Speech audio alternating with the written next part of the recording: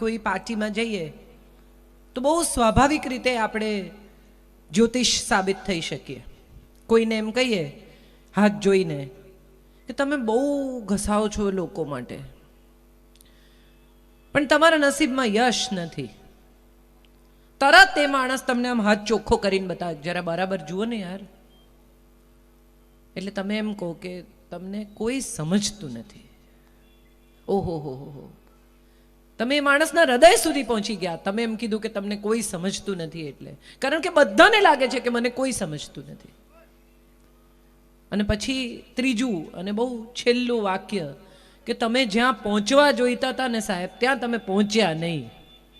બહુ થઈ ગયું.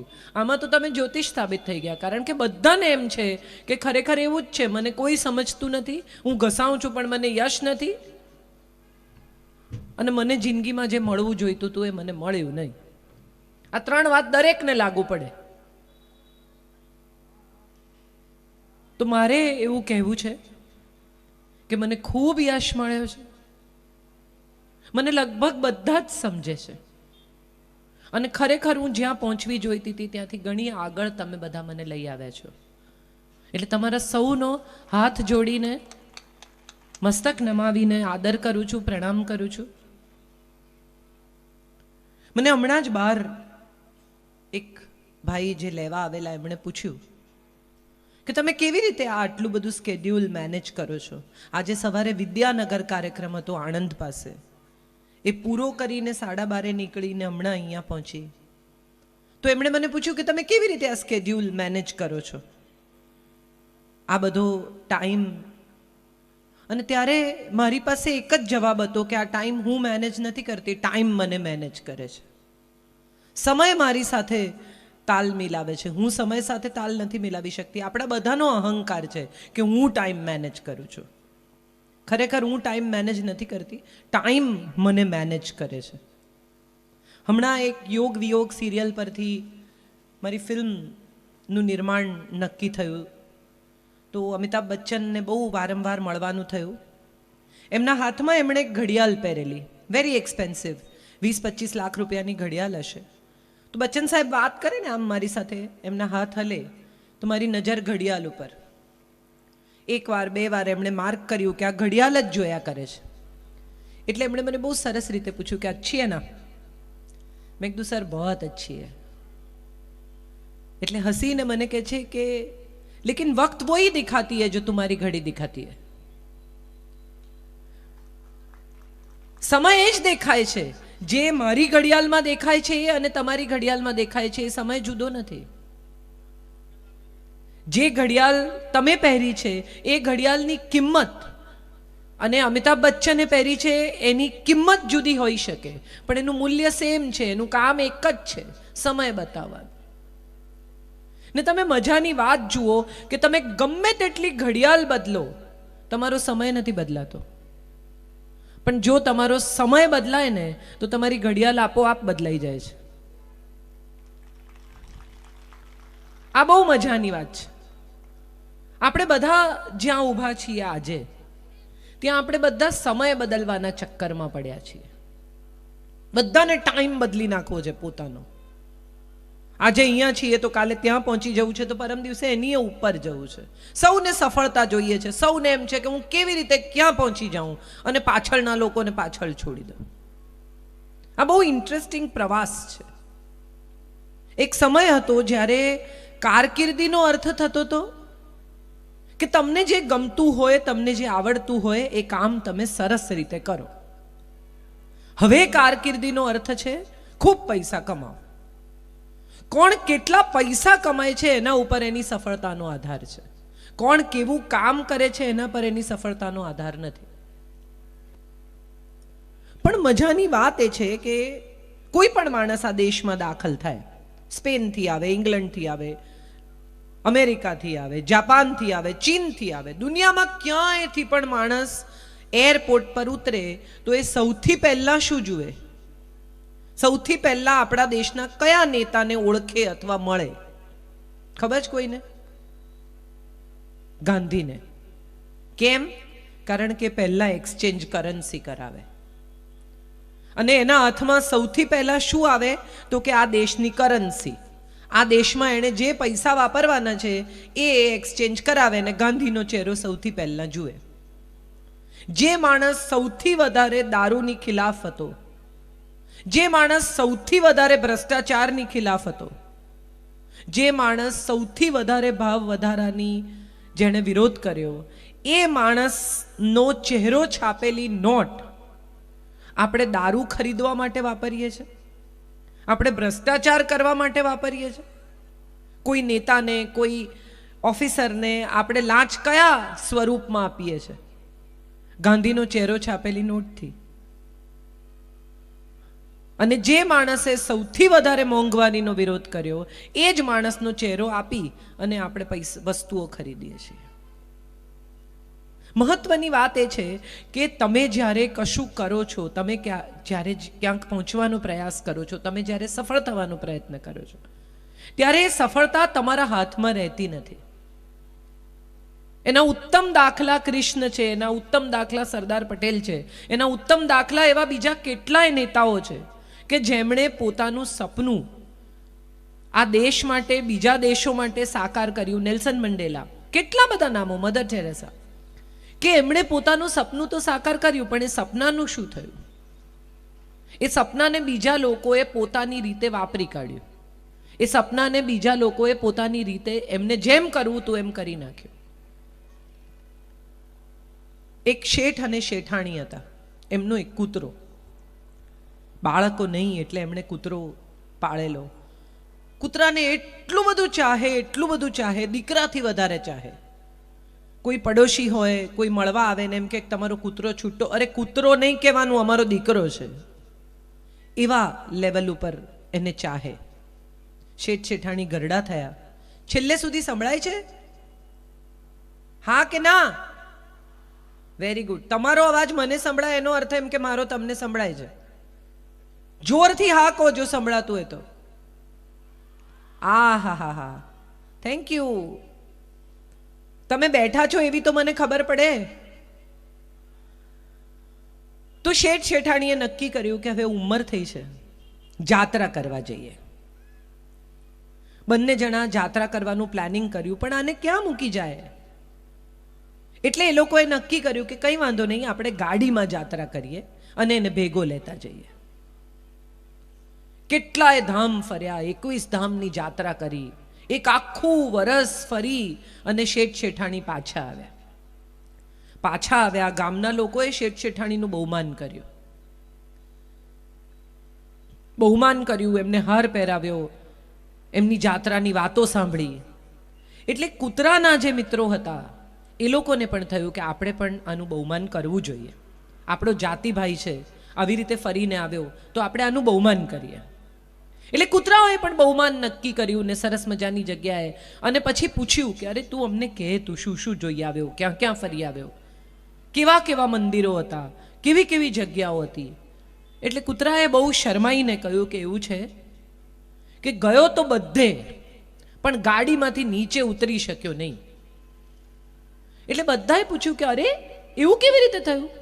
આટલી બધી જગ્યાએ તું ગયો તો તું ગાડીમાંથી નીચે કેમ ન ઉતર્યો? એટલે કૂતરાએ કહ્યું કે એવું છે ભાઈ, આ દુનિયામાં કશું જ નથી નડતું માણસને, જાનવરને, વ્યક્તિને, એની ન્યાત બહુ નડે છે. એટલે કૂતરાઓ સમજ્યા નહીં. એમણે પૂછ્યું કે ન્યાત નડે એટલે શું થાય? તો કે ત્યાંના જે લોકલ કૂતરા હતા ને એણે ભસી ભસીને મને ગાડીમાંથી ઉતરવા દીધો જ નહીં. જ્યાં જઈને ગાડી પાર્ક થાય ને હું સહેજ ઉતરવા જાઉં એમ કૂતરા ભસે, એટલું ભસે કે હું ગાડીમાંથી ઉતરી શકું જ નહીં. કદાચ આપણી સાથે પણ આવું થાય છે. કોઈ નથી નડતું ને એટલી આપણને આપણી જ્ઞાત નડે છે, આપણને આપણા જ લોકો નડે છે, આપણને આપણી આસપાસ વિખરાયેલા આપણા જ એવા લોકો નડે છે કે જેના ઉપર આપણે અત્યંત ભરોસો કરીએ છીએ, જેને માટે આપણને અત્યંત લાગણી, અત્યંત પ્રેમ છે. તમે ખરેખર વિચારો ને તો તમને સમજાય. ને તમારા બધાના ઘરમાં એમ જ થતું હશે કે એક પુત્રવધુ પરણીને આવે ને તો પુત્રવધુને સસરાને તો બહુ જ બને. કરેક્ટ. બધાને ખબર છે આ વાત. સસરાને તો દીકરી જ લાગે ને પુત્ર વધુ ને સસરા પપ્પા લાગે. વાંધો ક્યાં પડે? કરેક્ટ. એટલે કોણ નડે? ન્યાત.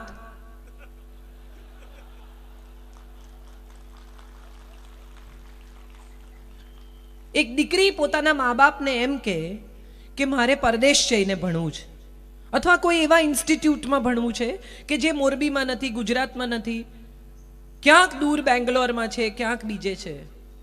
પપ્પા તરત તૈયાર થઈ જાય કે હા હા તારે કારકિર્દી બનાવી હોય તો બનાવ, તને આગળ જવાની છૂટ. ના કોણ પાડે? કરેક્ટ. કોણ નડે? મજા એ છે, કોઈ એક ઓફિસર હોય, આગળ વધવા માંગતો હોય, એની બાજુના ટેબલ એનો સાહેબ એની પૂરી મદદ કરે. એનો સાહેબ એને પરીક્ષાઓ આપતા શીખવે, એને આગળ વધતા શીખવે, પણ એની બાજુના ટેબલ પર જે એનો કલીગ બેસતો હોય ને એ રોજ પંચર પાડે. એકતા કપૂરની સિરિયલ આપણે બધા જોઈએ જ છે. રોજ સ્ત્રીઓ જોતી જાય ને એમ કહેતી જાય કે આવું તો કંઈ હોતું હશે, આ તે કંઈ સાચું છે. અરે રામ, કેવું કેવું બતાવે છે, પણ જોયા વિના રહે નહીં. નથી ગમતું તો બંધ કરી દો ને. બંધ નહીં કરે, ભૂલો કાઢશે. આ લગ્ન જીવન જેવું છે. રોજ ફરિયાદ કરે સ્ત્રીઓ, આવા છે ને તેવા છે ને, મોબાઈલમાંથી માથું નથી કાઢતા ને, ફેસબુકમાંથી માથું નથી કાઢતા ને, મોડા આવે છે ને, ઘરના કોઈની પડી નથી. અને આપણે જો પૂછીએ કે આટલા બધા પ્રોબ્લેમ હોય તો છૂટાછેડા લેવા છે કે ના, મેં ક્યાં કીધું? ફૂલ ફરિયાદ, પણ સાથે રહેવું છે. વાત કરવાની છે એક એવા વિષય પર કે જે આમ બહુ સેન્સિટિવ છે અને આજના સમયમાં હવે એ જ સત્ય છે. ભારતમાં 5 નેશનલાઇઝ બેંક છે, એમાંની 4 બેંકની હેડ સ્ત્રીઓ છે. એનો અર્થ એમ થયો કે સ્ત્રીની કારકિર્દી એ હવે કોઈ સમસ્યા નથી. સુંદર પિચાઈ આ દેશમાંથી જઈને ગૂગલનો હેડ થયો. ઇન્દ્રા નુઈ ચેન્નઈથી જઈ અને પેપ્સિકોલાની હેડ થઈ. એવી કેટલી બધી સ્ત્રીઓ છે. સોનલ જે ઓબામાની ઓફિસમાં કામ કરે છે. આપણી પાસે એવા કેટલા દાખલા છે, એવી કેટલીય સ્ત્રીઓ છે કે જેણે પોતાની ઝળહળતી કારકિર્દી બનાવી છે. અમૃતા પ્રીતમથી શરૂ કરીને, લેખકથી શરૂ કરીને, એક્ટ્રેસથી શરૂ કરીને, Deepika Padukone national badminton champion રહી, નેશનલ સ્વિમર રહી. અને એક દિવસ એણે માથું ફેરવીને કહ્યું કે ભાઈ આ બધું મારાથી નથી થતું, મારે એક્ટર થવું છે. એના પિતા 2 વર્ષ એની સાથે બોલ્યા નહીં. એકલી મુંબઈમાં રહી, સ્ટ્રગલ કરી, મોડલિંગ કર્યું, અને એને પહેલી ફિલ્મ મળી શાહરૂખ ખાનની, ઓમ શાંતિ ઓમ. એ પછી એણે પાછા વળીને જોયું નથી, અને જેમ સફળ થતી ગઈ એમ એના પિતાને સમજાયું કે બરાબર છે, આ જ એને કરવું તું, માટે આમાં એ સફળ છે. એવું ઘણું બનતું હોય છે કે આપણને માતા પિતાને પોતાના સંતાનને એન્જિનિયર બનાવવા હોય, ડોક્ટર બનાવવા હોય, પણ સંતાનને પેઇન્ટર થવું હોય, મ્યુઝિશિયન થવું હોય. એનો ઇન્ટરેસ્ટ જ એ દિશામાં છે, અને ખાસ કરીને દીકરીનો. મોટા ભાગના માતા પિતા દીકરીને એટલા માટે ભણાવે છે કે એને સારો છોકરો મળે, ગ્રેજ્યુએટ થઈ જાય, એક સારા પરિવારમાં એના લગ્ન થઈ જાય તો ગંગા નાયા. આવું કેટલા બધા માતા પિતાને મેં કહેતા સાંભળ્યા છે, કશે એને સારો છોકરો મળી જાય એટલે આપણે ગંગા નાયા.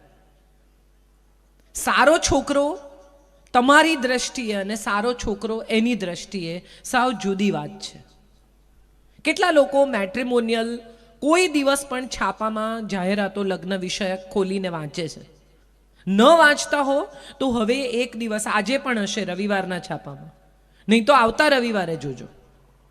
ઊંચી, પાતળી, ગોરી, સુંદર, સુશીલ, આ જરૂરિયાત છે. બધી જાહેરાતોમાં સેમ જ છે. ઊંચી, પાતળી, ગોળી, સુશીલ, સંસ્કારી, રસોઈ બનાવી શકે એવી, સંયુક્ત કુટુંબમાં રહી શકે એવી. પણ આવી રિક્વાયરમેન્ટ છોકરા માટે નથી. પરિવારમાંથી જ્યારે જાહેરાત આપવામાં આવે છે ત્યારે કોઈ પરિવાર એવું નથી કહેતો કે દીકરીના મા બાપનું સન્માન કરી શકે એવો છોકરો જોઈએ. આપણે કોઈ દિવસ આવું જાહેરાતમાં લખતા નથી. કમાતો હોય, સારી નોકરી કરતો હોય, ઊંચો હોય, ખાનદાન હોય, આ બધી આપણી જરૂરિયાત છે. પણ મારી દીકરી સાથે દોસ્ત બનીને રહે એવો છોકરો જોઈએ એવું કોઈ મા બાપ કહેતા નથી. મારી દીકરીના મિજાજ સંભાળે, ક્યારેક એને માફ કરે, ક્યારેક એને વાલ કરે એવો છોકરો જોઈએ એવું મા બાપ ક્યારેય વિચારતા નથી. કેટલાક મા બાપ ઘર જોવા જાય દીકરાનું, પાછા આવીને ગર્વથી કહે એમના ઘરમાં તો 6 એસી છે. 6 એસી છે એ દીકરી પરણાવવાની જગ્યા છે એવું વિચારનારા મા બાપને ખબર જ નથી કે પહેલો ઝઘડો તો ત્યાંથી થશે કે એસીનું ટેમ્પરેચર કેટલું રાખવું. એકને 16 જોઈશે અને એકને 24 જોઈશે અને એક રૂમમાં નહીં સૂવે ત્યાંથી ઝઘડો ચાલુ થશે. કેટલા બધા પરિવારો એવા છે કે જેમને એવું લાગે છે કે પરદેશ જવાથી કારકિર્દી બની જશે. આ દેશમાં શું છે? આ દેશમાં કંઈ નથી, કરપ્શન છે, ભ્રષ્ટાચાર છે, ફલાણું છે. લાઈફ છે સાહેબ અમેરિકામાં. તમે જુઓ કેટલી ચોખ્ખાઈ છે, કેટલું ફલાણું છે, કેટલું આમ છે. દીકરી અને જમાઈ અથવા દીકરો અને પુત્રવધુ બંને મળીને $1000 કમાતા હશે ને તો પણ દીકરી હાથે વાસણ ધોવા પડશે એવો વિચાર આપણને આવતો નથી.